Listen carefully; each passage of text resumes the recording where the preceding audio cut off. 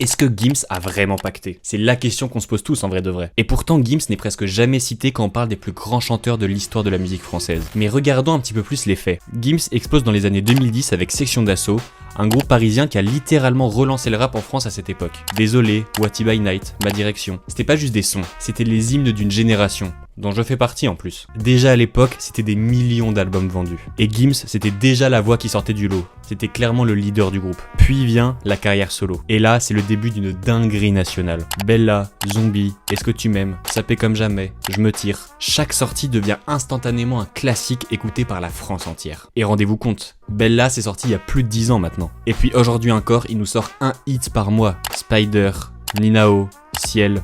Tu crois que c'est un hasard? Gims est ultra polyvalent. Il chante, il rappe, il sait kicker, mais surtout, il excelle dans tout ça à la fois. Alors oui, peut-être qu'il a pacté, mais pas avec le diable, avec le talent et la constance. À ce jour, Gims a vendu 6 millions d'albums dans le monde, et il accumule plus de 13 milliards de streams sur les plateformes. Il est l'un des artistes les plus écoutés de l'histoire du streaming français. Et pourtant, comme je vous l'ai dit, il est encore trop peu cité parmi les plus grands. En vrai, c'est peut-être ça le vrai mystère. Merci à tous de m'avoir écouté et à bientôt.